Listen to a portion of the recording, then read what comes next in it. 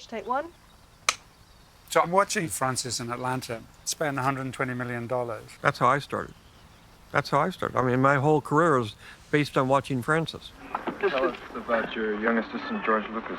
Associate, okay. George won an award to come to Warner Brothers and observe a film being made there, and he came when we were making Phineas Rainbow, and I kept seeing the skinny kid with a beard, and he was always looking. I sort of following in Francis's footsteps.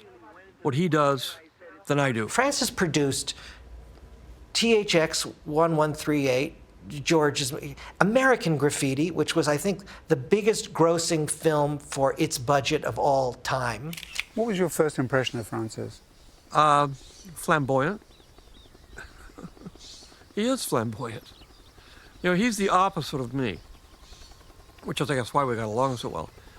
I'm plodding along, careful what I'm doing, you know, plan it out, and he's a jump off the cliff guy. This is electronic storyboard.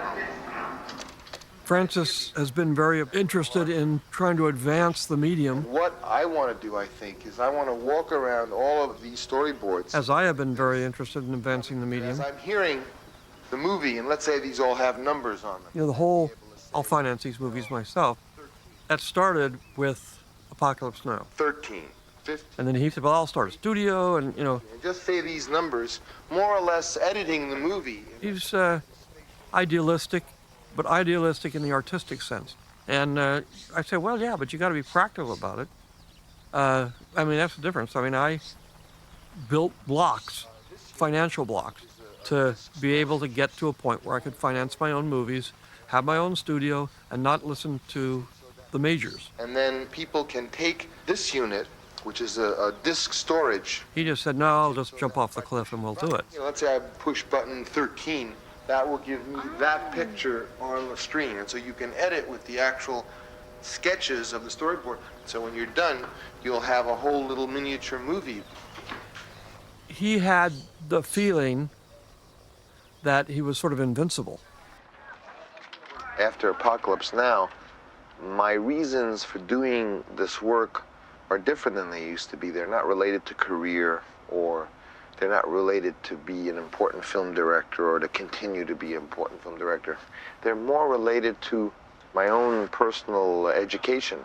You know, what the nature of existence is, what the nature of being a human being is. To do your work as hard as you can and as passionately you can, but to always do it beautifully. After the studio collapsed, Francis started writing Megalopolis. It's so much about Francis's dream, the way it didn't happen, the way it did happen. And this is a dream Francis has been revising his whole life. And that is what Megalopolis really is. I tell you, between the two of us, no one I'm working with that I think of in this whole group realizes how weird a movie this really is.